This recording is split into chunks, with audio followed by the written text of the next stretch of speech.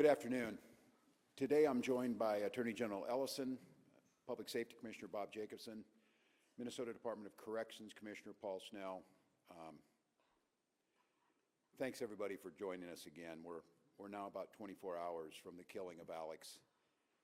And during that time of everything that's happened, I hope everyone's taking away a picture of a life of generosity, service-oriented, and his life's coming into clearer focus. I had the privilege of talking with Michael and Susan, Alex's parents, yesterday, and the heartache in the hours after your son's murdered in front of the world is one thing, but what stood out to me was a parent's desire and their passion to make sure that the story of Alex was told.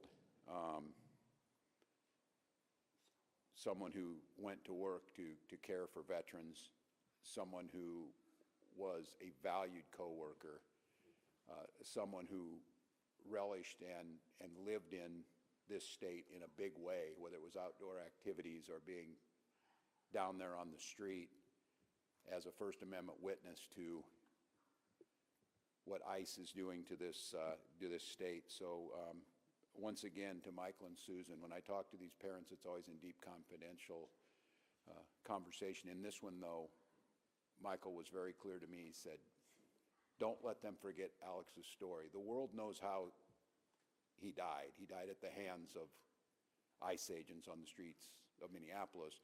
They want us to make sure we said how he lived. So to Michael and Susan, our deepest sympathies, but you have my commitment to continue to tell that story.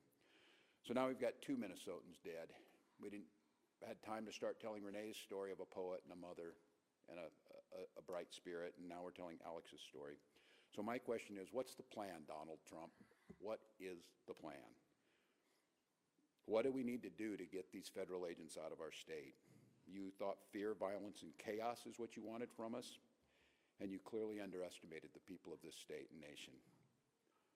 We are tired, but we're resolved. We're peaceful, but we'll never forget. We're angry, but we won't give up hope. And above all else, we are clearly unified. If it was the intention of Donald Trump to make an example of Minnesota, then I'm damn proud of the example that the world's seeing. We believe in law and order in this state. We believe in peace. And we believe that Donald Trump needs to pull these 3,000 untrained agents out of Minnesota before they kill another person. And we're up here telling another story of a Minnesotan just trying to live their life without the interference. To Americans who are watching this right now, and I don't know, maybe you're watching it with curiosity, bewilderment, horror, scorn, or sympathy. I've got a question for all of you. What side do you want to be on? The side of an all-powerful federal government that can kill, injure, menace, and kidnap its citizens off the streets? Or on the side of a nurse at the VA hospital who died bearing witness to such government? Or the side of a mother whose last words were, "I'm not mad at you"? The side of tens of thousands of peaceful citizens who showed up to march when the wind chill was 40 below because they love this state and they love this country. You're allowed to decide at any point that you're not with this anymore. If you voted for this administration, heck, even if you thought Operation Metro Surge was a good idea, sounded like the thing to do a month ago, you're still allowed to look at what's happening here in Minnesota and say, this isn't what I voted for and this isn't what I want.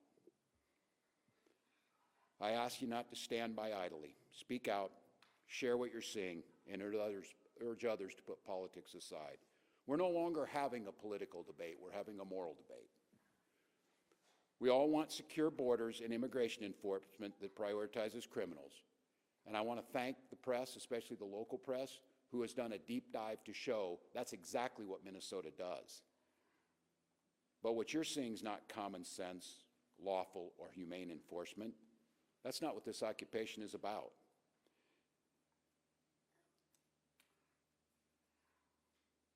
Let me say, our conversation should not be about, and I know we get asked of what we're doing on there, how many state patrol or police or National Guard I can put on the street. This isn't about how many people I can put on the street. It's about how many of these people, these ICE agents, and whoever else was thrown into this unholy mess, how many Donald Trump can get out of here? Minnesotans, you've won the hearts and minds of people across this country, and you've done it through your peaceful, resolved defense of your neighbors and the Constitution. So once again, Minnesotans, stay peaceful, stay safe. Change is coming, and we can feel it. But this fight still goes on, and I'm just glad today to be joined in person because it's someone who's been at the side of Minnesotans throughout this and through every other thing we've gone through over the last 7 years.